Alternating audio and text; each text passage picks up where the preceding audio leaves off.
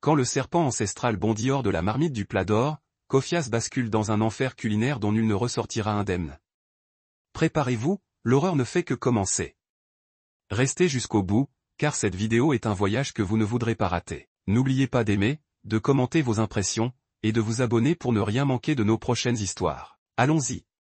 Imaginez un village blotti dans les collines luxuriantes du Ghana, un endroit où le temps semble suspendu, comme retenu par les racines des baobabs géants. Kofias, c'est son nom, est un coin tranquille où les maisons aux toits de chaume rouge brillent sous le soleil matinal. Les chèvres vagabondent dans les ruelles poussiéreuses, leurs clochettes tintant doucement, tandis que les enfants courent pieds nus, leur rire résonnant dans l'air chaud. Chaque jour commence avec le chant des coqs et se termine par les battements sourds des tambours, portés par la brise tiède qui descend des collines. Au centre du village, près du marché animé, se dresse une petite bâtisse en briques de boue délavée, surmontée d'un toit de tôle rouillée. Une pancarte branlante annonce « Le plat d'or ». Ce n'est pas un lieu qui impressionne au premier regard, les murs sont fissurés, le sol souvent noirci par la suie, et une odeur persistante d'épices et de feu de bois flotte dans l'air. Pourtant, dès l'aube, bien avant que les premières lueurs ne percent l'horizon, une foule se presse devant la porte. Les villageois de Kofias, mais aussi des voyageurs venus de loin, attendent avec impatience les plats de Maman YA. Maman YA, c'est la reine incontestée de la cuisine à Kofias. À 70 ans,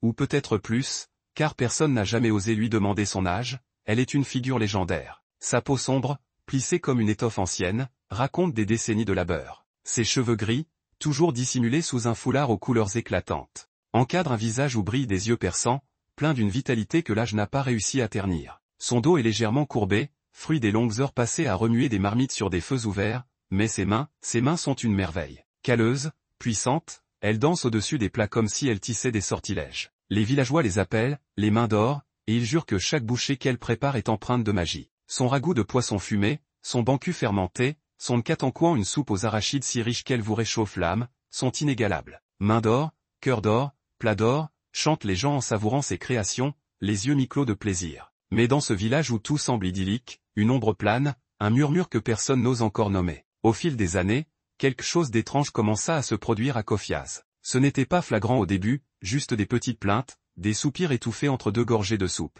Certains disaient se sentir épuisés après avoir mangé au plat d'or, comme si leur force s'évanouissait dans la chaleur des plats. D'autres parlaient de fièvre qui revenait sans cesse, de démangeaisons sur la peau, ou de cauchemars où des serpents dansaient dans l'obscurité. Quelques-uns maigrissaient à vue d'œil, malgré les portions généreuses qu'ils engloutissaient. Les anciens haussaient les épaules, c'est l'âge, disaient-ils, ou bien, les esprits sont agités cette saison. Le guérisseur du village, un homme aux doigts noueux nommé Nanakwam, accusait l'eau du puits ou des malédictions jetées par des rivaux envieux. Mais les incidents s'accumulèrent. Une jeune femme, Abena, s'effondra un soir après avoir mangé un bol de soupe au plat d'or. On parla de paludisme, une excuse commode. Puis, une famille entière de frères, et leur mère tomba malade après un repas de fête. La mère survécut de justesse, mais les garçons, âgés de 8 et 10 ans, ne se réveillèrent jamais. Encore une fois, le paludisme fut blâmé. Pourtant, un motif se dessinait dans l'ombre. Les victimes, toutes, avaient leurs habitudes au plat d'or. Mais accuser Maman YA?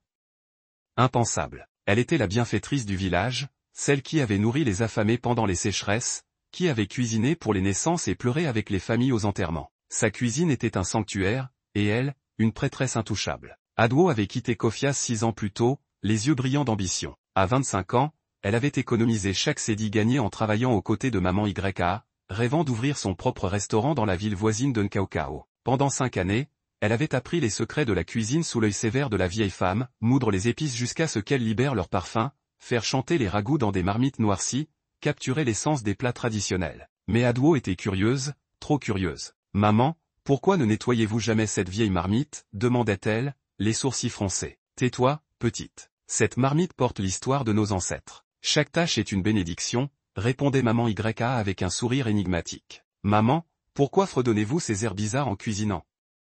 C'est pour appeler la saveur, mon enfant. Les plats ont une âme, tu sais. » Certaines réponses fascinaient Adwo, d'autres la laissaient perplexe, un frisson courant le long de son dos. À Nkaukau, elle avait ouvert, l'étincelle vive, un petit restaurant aux murs peints de couleurs vives. Mais le succès ne vint jamais. Les clients trouvaient ses plats fades, sans vie. « Il manque quelque chose, » disait-il, secouant la tête. Lentement, les affaires périclitèrent, et Adwo dut fermer, le cœur lourd, ses rêves en cendres. Quand elle revint à Kofias, les villageois l'accueillirent avec un mélange de chaleur et de méfiance. Certains lui tapèrent dans le dos, d'autres murmurèrent qu'elle revenait la queue entre les jambes. Maman YA, elle, l'enlaça comme une fille retrouvée, ma petite Adwo est de retour. Viens, mes marmites t'attendent encore. Adwo sourit, mais une boule se forma dans son ventre. L'odeur du plat d'or était la même, un mélange entêtant de poisson séché, d'huile rouge et de cette note indéfinissable, douce et âcre à la fois, comme un fruit pourri sous un lit de sucre. Maman YA lui tendit un bol de ragoût de tilapia avec du bancu. Adwo hésita, puis goûta. C'était parfait, un éclat de saveur qui dansait sur sa langue, et pourtant, une sensation de malaise s'installa en elle. Cette nuit-là, dans la maison de sa défunte grand-mère, Adwo fixa le plafond de chaume, incapable de dormir. Les souvenirs affluaient, les chants étranges de maman YA tard le soir, cette marmite ancienne qu'elle gardait dans un coin sombre, orné de coquillages et de suie. Une fois, Adwo avait osé soulever son couvercle, et maman YA l'avait giflé, ses yeux flamboyants de colère, ne touche jamais à ça. Ce n'est pas pour toi.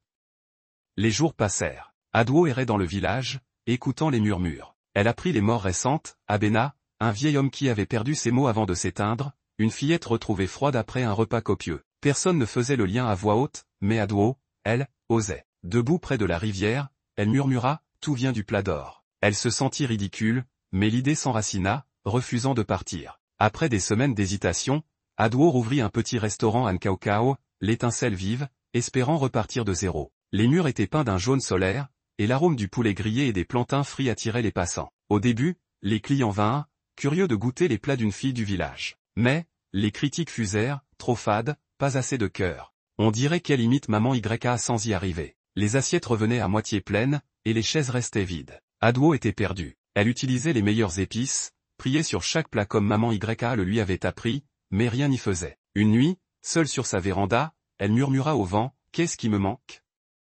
Un souvenir surgit alors, vif comme une flamme. Une nuit, des années plus tôt, elle était revenue au plat d'or pour récupérer un bracelet oublié. Elle avait trouvé maman YA seule, penchée sur sa marmite noire, fredonnant une mélodie gutturale, les yeux clos. La vapeur s'élevait en volutes épaisses, et elle murmurait un mot étrange, Sankofa, comme une invocation. Adwo s'était éclipsé, troublé. Maman YA avait ri le lendemain, j'appelais les ancêtres, petite. Mais maintenant, Adwo doutait. Un soir de pluie, elle retourna à Kofiaz. Son restaurant à Nkaukau avait fermé pour de bon, ses espoirs noyés. En passant près du plat d'or, elle vit une ombre glisser par la porte arrière longue, fluide, comme une flaque d'encre vivante. Elle disparut dans les buissons, et Adwo sentit son sang se glacer. Personne d'autre ne sembla la remarquer. Cette nuit-là, elle marcha jusqu'à la hutte de grand-père Kwesi, un vieil homme vivant près de la rivière, autrefois gardien spirituel du village. Sa barbe blanche brillait sous la lune, et ses yeux voilés semblaient voir au-delà du monde. J'ai vu une ombre au plat d'or, dit Adwo, la voix tremblante. Noire, vivante, sortant de la cuisine. Kwesi tira sur sa pipe. Tu as vu un esprit,